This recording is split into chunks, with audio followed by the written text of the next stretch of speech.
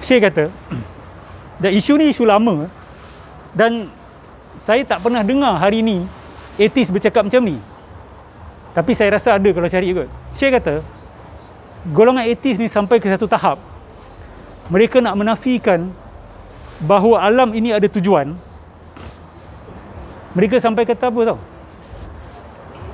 Mata ini wujud bukan untuk penglihatan, tetapi penglihatan berlaku secara tak sengaja. Pernah dengar? Telinga ini wujud bukan untuk pendengaran, tetapi pendengaran berlaku secara tak sengaja melalui pendengaran. Melalui telinga. Melalui telinga. Jantung ini tujuannya bukan untuk mengepam darah, tetapi ia mengepam darah secara tak sengaja. Maksud dia apa? Dia nak kata tujuan tak ada sebenarnya. Semua berlaku secara tidak sengaja. Gila tak gila? Gila. Ada tak buku sains dalam dunia ni yang buang because, yang buang function, the function of the human kidneys? Ada tak buat function tu? Apa makna function? Ada kaitan dengan tujuan tak? Dia tak akan letak purpose, sebab purpose tu dah lebih kepada teologi sikit. Dia akan letak function. Apa lagi perkataan yang dia akan guna? Mechanism. Kan? Tapi semuanya kalau kita fikir panjang, dia akan bawa kepada purpose. Kenapa dia orang buat macam tu? Sebab dia kata, kalau kamu kata mata ini wujud untuk melihat, mesti ada yang menentukan begitu. So, dia akan bercanggahan dengan atheism.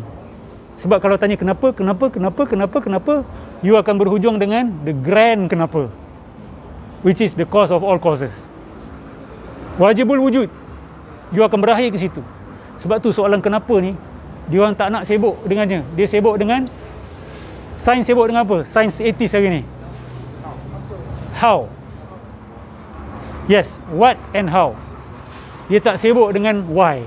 Sebab you tanya why je, you akan pergi kepada Tuhan. That's why dia sibuk dengan how. How things work. How things work. How. Sibuk dengan mekanisme how. But why? Why? Perkataan why ni sangat penting. Kenapa? Anak-anak awak yang sibuk tanya kenapa, yang cergas tanya kenapa, tu anak-anak yang bijak.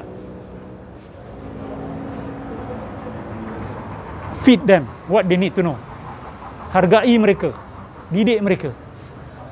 Ibu bapa jangan jadi ibu bapa biadab. Jangan jadi ibu bapa kurang ajar dengan mengatakan pada anak, jangan banyak tanya. Mana boleh tanya-tanya benda-benda macam ni? Itu ibu bapa yang derhaka kepada anak-anak. Saya ulang lagi sekali. Ibu bapa yang bila anak-anak ada minat dengan ilmu, minat bertanya kenapa, minat berfikir, ibu bapa yang pergi sangka dia punya kemampuan, janganlah sibuk-sibuk ni semua, percaya saja. Ustaz kata percaya je lah. Nak tanya. Inilah baca sangat buku. Kan? Itu ibu bapa derhaka, saya ulang lagi sekali. Sebab apa? Jenayah yang dia buat pada anak itu, jenayah paling besar yang boleh dilakukan oleh seorang manusia kepada anak dia. Kalau awak pukul anak awak, itu pada badan dia. Tapi kalau awak cakap macam tu, awak pukul akal dia. Awak cekik akal dia. Awak kasih akal dia tak boleh bernafas. Lalu dia akan, tak boleh tanya kenapa. Kena percaya saja.